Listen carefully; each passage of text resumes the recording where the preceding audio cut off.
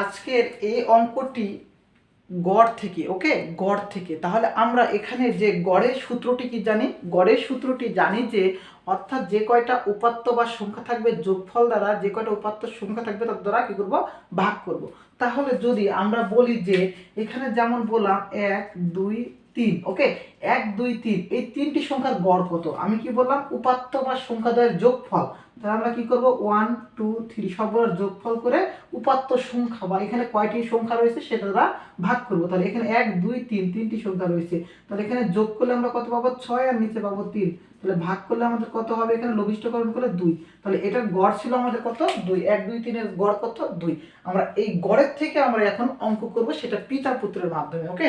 তাহলে এখানে দুইটি অঙ্ক দেওয়া হয়েছে, তার মধ্যে প্রথম অঙ্কটি দেওয়া হয়েছে যে পিতা মাতা ও পুত্রের তিনজনের কথা বলা হয়েছে। তিনজনের বয়সের গড় দেওয়া হয়েছে 37 বছর এবং পিতা ও পুত্রের বয়সের গড় দেওয়া হয়েছে 35 বছর। অর্থাৎ তিনজনের বয়সের গড় 37 এবং দুইজনের বয়সের গড় 35।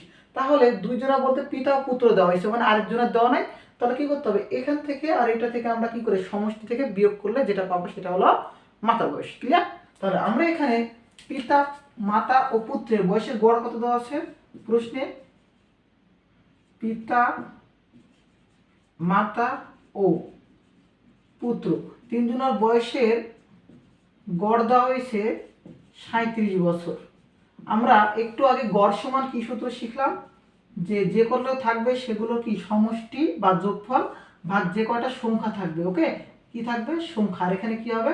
যোগফল বা কি হবে? সমষ্টি। তাহলে আমরা এই জায়গাটুকু ভালো করে শিখব। তাহলে এখান থেকে আমরা ডাইরেক্ট পিতা মাতা ও পুত্রের কি করব? এখান থেকে ডাইরেক্ট আমরা পিতা মাতা আর পুত্রের বয়সের সমষ্টি বের করে নেব। কি করব? বয়সের সমষ্টি। অর্থাৎ আমরা যদি এই বয়সের সমষ্টিটাকে রেখে দিই তাহলে গড়ের সাথে সংখ্যাটাকে কি করব? এটার সাথে এটা কি সম্পর্ক হবে? তখন হয়ে যাবে গুণ, কারণ এর পাশে ব্যস্তানুকরণ বা ভাগে থাকলে ওই পাশে কি হবে? গুণ হবে। তাহলে গড়ের সাথে সংখ্যাটা গুণ করব। তাহলে এখানে গড় কত দেওয়া আছে? 37। তার সাথে আমরা গুণ করব, এখানে কয়জন আছে? পিতা মাতা পুত্র 3 জন। তাহলে 3 দ্বারা আমরা গুণ করলে যেটা পাবো সেটা হলো মোট, তাই না? তাহলে 37 দিয়ে 3 গুণ করলে কত হবে? 3 7 21 1 হাত থাকে 2, 3 3 9 আর 2 11, অর্থাৎ 111 বছর। পিতা মাতা ও পুত্রের তিনজনের বয়সের গড় কত পাইলাম? 111 বছর। ক্লিয়ার? এরপর এই প্রশ্নে বলা হয়েছে যে পিতা ও পুত্রের বয়সের আবার আরেকটা গড় দেওয়া আছে। তাহলে এখান থেকে আমরা পিতা পুত্রের বয়সের সমষ্টি 35 গুণিত এখানে কয়জন আছে? পিতা পুত্র 2 জন। তাহলে 2 দ্বারা আমরা কি করব? গুণ করব। তাহলে 35 দ্বিগুণ কত হবে? 70 বছর। কত হলো? 70 বছর। তাহলে আমরা এখানে পিতা আর পুত্রের দুইজনের বয়সের সমষ্টি পেয়েছি, আর এখানে পিতা মাতা ও পুত্রের তিনজনের বয়সের সমষ্টি পেয়েছি। তাহলে এই 111 থেকে 70 যদি বাদ দিই তাহলে কি পাবো? মাতার বয়স। তাহলে লিখবো এখানে কি? মাতার বয়স 111 বিয়োগ 70 বছর। তাহলে বিয়োগ করলে কত হবে? 11, তাহলে কত হবে? 4, 41 বছর। তাহলে উত্তরটা আমাদের সমাধান কত হচ্ছে? 41 বছর। ক্লিয়ার? তাহলে এখানে মাতার বয়স কত হলো আমাদের? 41 বছর, ওকে।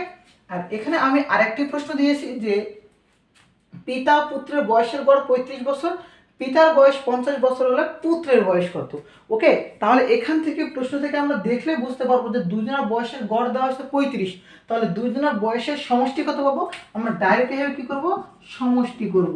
সেই সমষ্টি কত হবে? 35 গুণিত 2 কত হবে? 70 বছর। তাহলে এই 70 বছরকে আমরা পিতার বয়স থেকে বাদ দিব। তাহলে 70 বিয়োগ 50, তাহলে কত হবো? 20 বছর। এই 20টাই হলো পুত্রের বয়স, ওকে। এইভাবে আমরা এমসিকিউতে সমাধান করতে পারবো। আর এইভাবে আমরা কিসে করব? রিটেনে করব। এর পরবর্তী ক্লাসের জন্য সকলকে স্বাগতম।